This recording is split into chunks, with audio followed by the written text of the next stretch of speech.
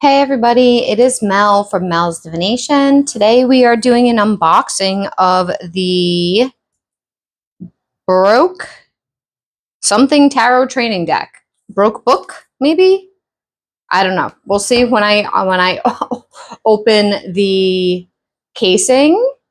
This was a gift from a viewer and I really appreciate that. And we're going to get right into it in just a moment.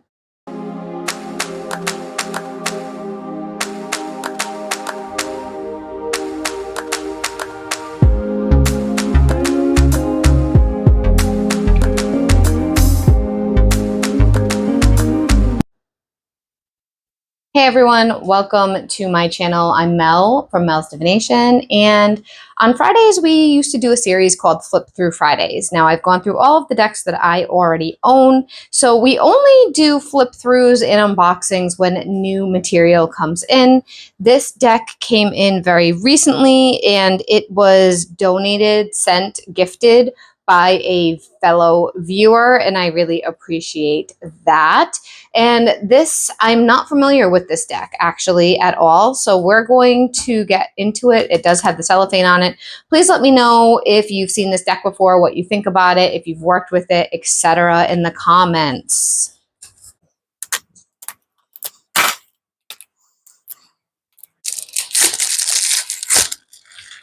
Oh, weird.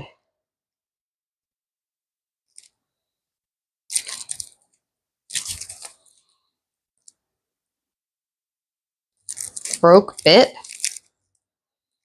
No expensive companion book, no educational retreat with a tarot guru, no elite initiation. Here's your deck. Bee tribe. Broke bee. Okay. This is interesting. I have never seen this deck prior to opening this up. I believe that it says this on purpose. Broke bee something tarot training deck. The box is cute because it kind of looks like a backpack. And then it says the author is Kat Daring and Tyron Masterson. There is a QR code. It also says broke bit. It looks like bitch. I think it might mean bitch, but it just doesn't say the actual word bitch. That's my best guess. If you know, feel free to comment so I know for sure from you guys confirming it. But this says for Broke Witches by Broke Witches. No expensive companion book, no educational retreat with a tarot guru, no elite initiation under a full moon. You wanted a deck, so here's your deck. You can go further, you can get more resources, but if this is all you have, you'll have what you need. As a pair of broke witches ourselves, we wanted to develop the cheapest and easiest path to learning tarot quickly. Whether you use it to find yourself or make a few bucks for groceries, you're part of the fold now, and we look out for our own. Welcome to your tarot journey. Welcome to the Broke Bee tribe. Welcome home. Let's see what, so apparently there's no book. I wonder if we do the QR code, if there's a book with it. Let's see what comes out here. Again, if you know, and I've said this before in other flip throughs that I do for unboxings, that I'm not familiar with the books, etc., with the decks. If you know where to buy the original printed one, let me know. This is what the back of all the cards look like, so this is interesting. I'm going to pause it and see if I can read it. Hold on. It's interesting. It says something like, what we something you may of the Fool is actually the journey of the self. The major arcana holds up a mirror so that we can better see the chapters of our lives. The Fool's journey is not foolish at all. It does not start in a different place than if something this, it ends where it starts with, and then it looks like there's scribbles. It ends where it starts. Interesting. Huh. All right, the deck is definitely glossy. At least this deck is. I don't know if the original is, but we're going to look through this. Oh, look at cute. Okay, let me zoom in so you guys can see this better. Hold on. I don't want to hold it because my hands shake. All right, quick reference guide. 3-card spread. Past, internal, now, option A, or situation. Present, external, near future, option B, advice. Future advice, long-term advice, likely outcome. So basically those are different options you can use for those, for a 3-card spread. And then tips to consider. Shuffle until it feels natural to stop. Sit aside any cards that fall or jump out for special insight. It probably means set. Check the bottom of the deck for what's underlying or not being seen in the situation. Note what face cards are looking to or away from or in the same direction. Note if there are more major or minor cards. Trust your intuition over any keywords or tips and just have a good time. All right, that's cute. What is this one? What's the next one? Let's see.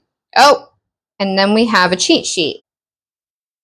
Major Arcana, 20 symbol or archetype cards. They relate to big life lessons and themes. Minor Arcana, 14 numbers and court cards per suit. They are set up similar to a pocket deck and relate to daily life. Quick and volatile, slow and steady. Wands, fire, creation, action, summer days. Swords, air, logic, reason, spring, weeks. Cups, water, emotions, relationships, fall, months. Coins, earth, finance, stability, winter, years. And then it goes into each individual card. You can read that. We're going to keep moving. Pause it if you'd like to read it. How cool. All right, let's see what this one is. Okay, and then we start with the Major Arcana. I am having some focus issues, so I'm going to just have the card that we're looking at in the frame and the deck off camera. This appears to be, there's some guide words for each, so completion, wholeness, and end of a cycle. And then it looks like this as if it's reversed. Emptiness, stagnation, and delays is what it says. And I like the simplicity of the artwork. I think that's really cute. So I'm assuming all the cards are set up similarly. And we're going to get started in that flip through part right now. I'm not really going to comment unless if there's something I really particularly feel the need to. And I will put on some background music. The cards are glossy, so we'll see how well they stay. I'm going to go a little bit slow because I've never seen this deck before.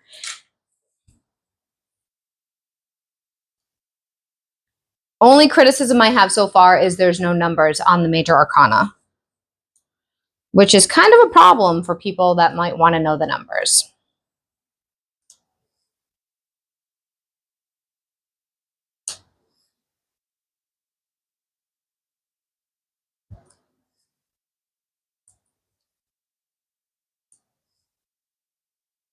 That's pretty funny.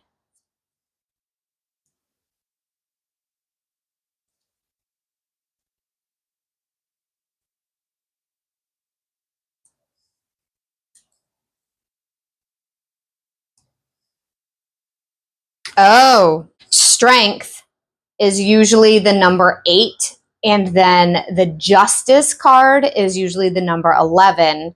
But in some decks, they are swapped, where strength is the 11th and justice is the 8th. So I believe that's what we're going to see. Yep, justice is number 8. Interesting.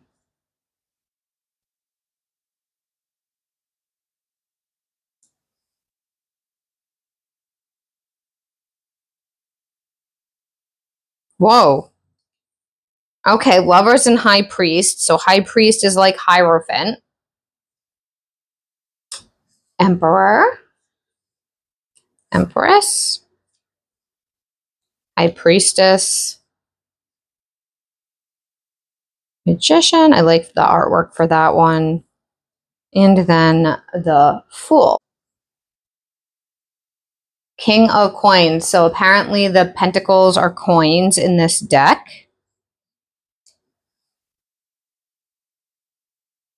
There's no pentacles in here. Huh. Some of the artwork is interesting.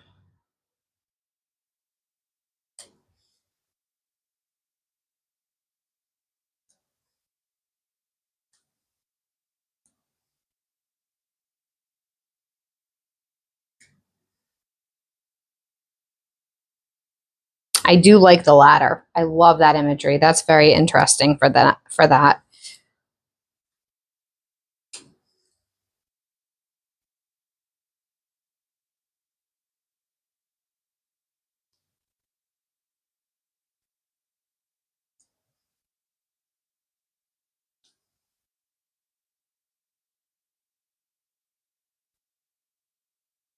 Okay, we head into the wands.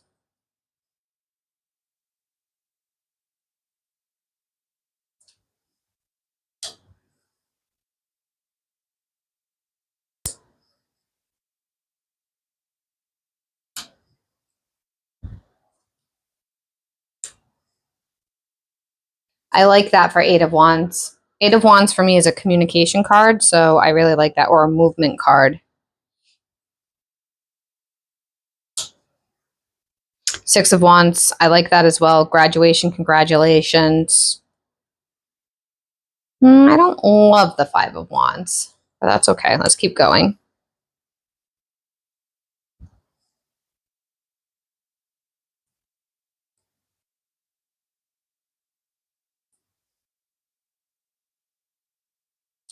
Swords.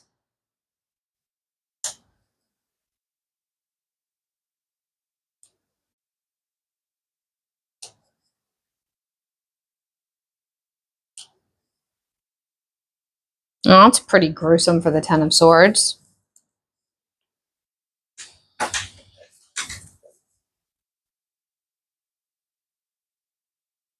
It's an interesting imagery for Eight of Swords.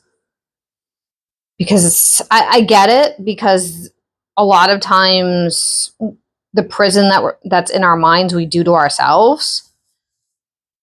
But it's definitely a different spin-off than the the Eight of Swords in the traditional, I mean.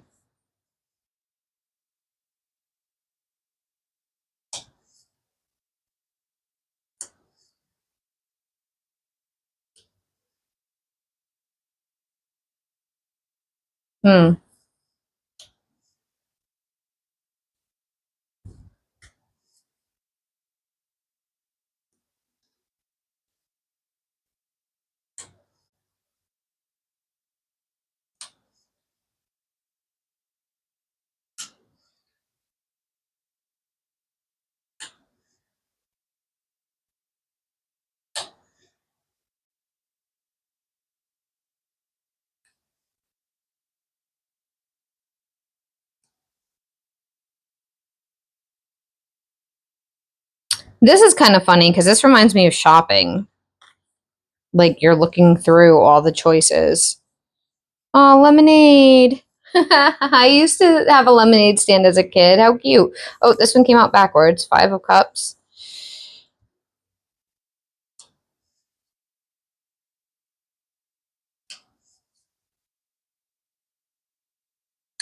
Two of Cups. And Ace of Cups. Interesting. All right, I'm going to pause this and we're going to see you on the other end and we'll finish talking about this. So I did look at the QR code and there is no booklet with this QR code. Does that mean this deck does not have a booklet at all?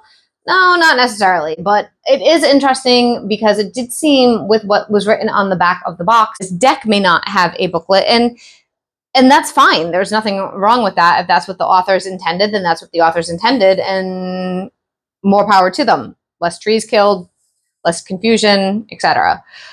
I think the artwork is very beautiful. It's very minimalistic, but it is interesting and unique. I didn't realize that this was a learner's deck, but that's still pretty cool. It's always cool to see if I agree with what the authors have put out there with the definitions, if the definitions match the artistry, all that kind of thing. I will be using this deck on occasion. Maybe I'll do a whole month where I use this deck, probably, because I've been doing that, like seasonal things.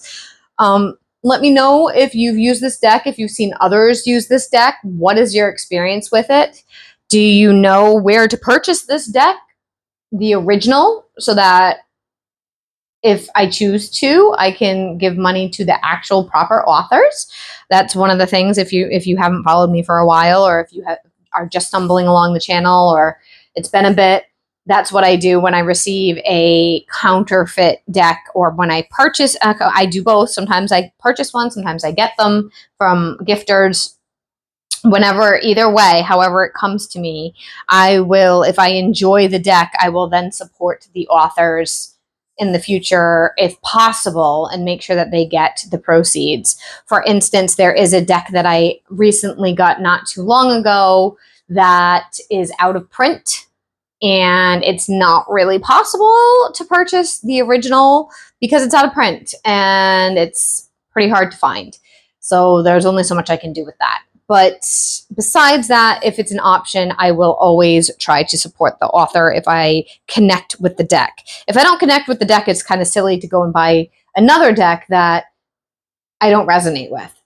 I hope you guys have a great day. Let me know what your experiences are, and I will talk to you all again soon.